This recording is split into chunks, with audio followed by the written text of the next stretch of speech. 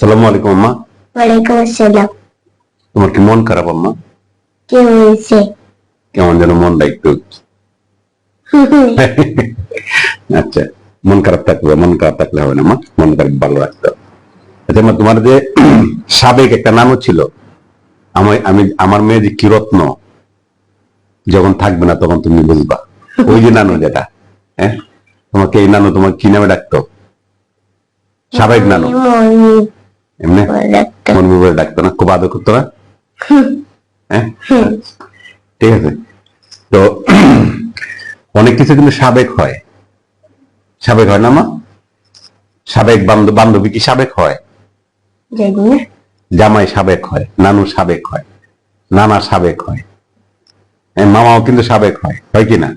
বন্ধু কিন্তু কখনো সাবেক হয় না, হয় সাবেক বন্ধু, সাবেক স্বামী কিন্তু হয়। ঠিক আছে। তো আমাদের সাবেক মানে সচিব, সাবেক চেয়ারম্যান আছে না? সাবেক মানে আগে ছিল, হ্যাঁ, আগে ছিল মানে ফার্স্ট টেন্সের মধ্যে ফার্স্ট টেন্সে পড়ে সাবেক। আমি যে কি রত্ন, আমি যখন থাকবো না তখন তুমি বুঝবা।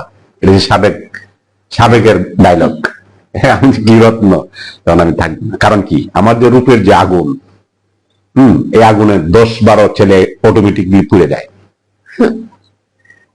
আপনার রূপে আগুনের তাহলে আপনার গ্যাসের তো দাম বাড়ছে কেন বলুন? আগুনের, হ্যাঁ, আমার মেয়ের যে রূপ, আমার মেয়ের যে গুণ, আমার মেয়ের যে রূপের ঝলক, হ্যাঁ, এরকম ছেলে লাইন ধরে থাকে।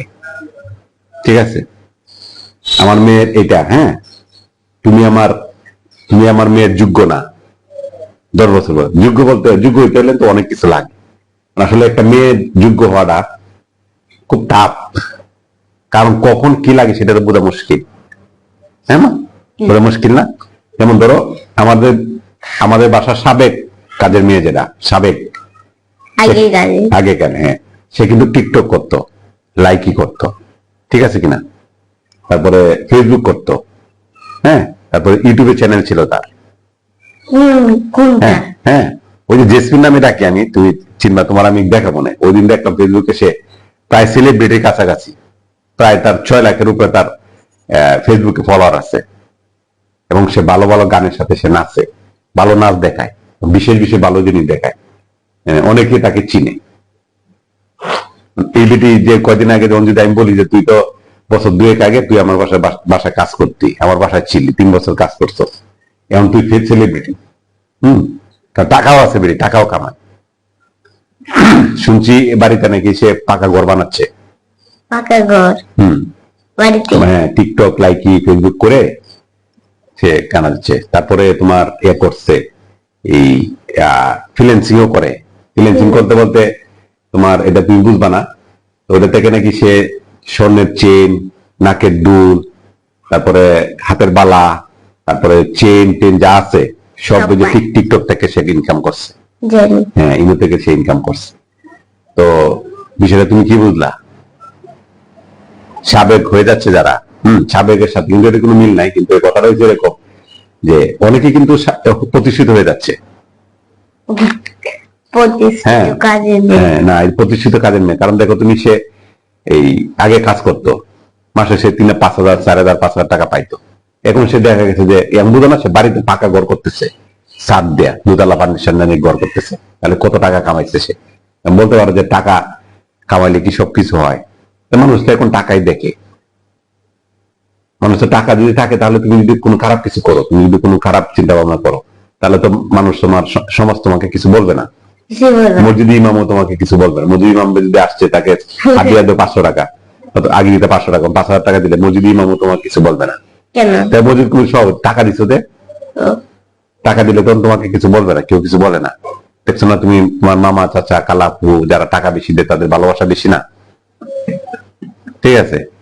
এখন আমরা এগুলো, এইরকম মানুষ যারা, এরকম সেলিব্রিটি যারা, এদের সাথে ওদের চেহারা দেখা যাবে না। হ্যাঁ, এরকম টাকাওয়ালা, এরকম টাকা কামায়, এরকম যারা আছে, এদের চেহারা, এদের দিকে তাকানো যাবে না। এদের তাকানো পাপ। এটা কথা আছে, পাপকে ঘৃণা করো, পাপিকে নয়। হ্যাঁ, এটা গানের মধ্যে শুনছি। কিন্তু পাপটা আসলে দেখা যায় না।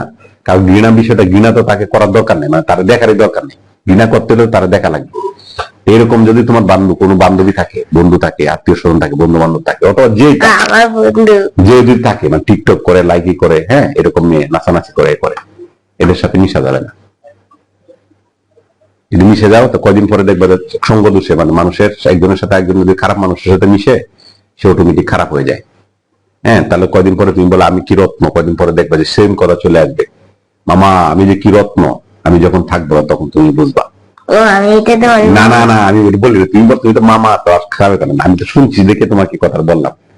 একটা মা একটা মেয়ে যখন তার 15-16 বছর 17 বছর একটা মানুষের সাথে থাকার পরে সে যদি আমি বুঝায় যে আমি কি রত্ন, আমি যখন থাকবো না তখন তুমি বুঝবা, তারপর আর কি করা থাকে? আর কোন কথা থাকে? কারণ এই কথাটা কিভাবে আসছে, ফেসবুকে বলছে বেড়ান, সব বেড়ান বলে আপনি আসে পড়েন, আপনি আসেন, আপনি আসেন, আপনি দাঁড়ায় থাকলে 500, শুয়ে থাকলে 10,000, মানে অনেক অ্যাড বিষয় থাকে। কিন্তু টাকা যেহেতু তার সেটা করার ব্যাপার না, কারণ এরকম জামাইদের দরকারও নাই তার এরকম মানুষের। তাহলে যখন তার মারে এরকম বলে মা মা করে অনেক বেড়া আছে জড়ায় ধরে, তখন তো মনে করে যে এই জামাই 10 বেড়া ধরলে তো 10 রকম টেস্ট পাওয়া যায়, একজনদের যে লাখের লাভ আছে। তো যারা এরকম করে, লাইকি টিকটক করে, তো ওরা সবাই কিন্তু এরকম আমার, এদের সাথে কোনোভাবে মিশা যাবে না, কারণ ওদের কোনো ব্যালেন্স নাই। তারা কিন্তু সুন্দর হবে, হ্যাঁ মানে চামড়াটা একটু সুন্দর, ফিগার একটু সুন্দর, চুল টাল রং করা, যখন দেখবে সুন্দর এরকম লিপস্টিক, মানে পতিতা যারা এরা কিন্তু লিপস্টিক পরে। আগে বেশ্যা পতিতা যারা ইসলামে যারা আছে, এরা এরা দেখে পতিতা চেনার উপায় কি? যারা লিপস্টিক পরে তাদেরকে পতিতা বলা হয়। মানে দেখে চিনার উপায় ছিল পতিতা এরকম, টিপ পড়বে কপালে আর লিপস্টিক পড়বে, দেখে চিনার উপায়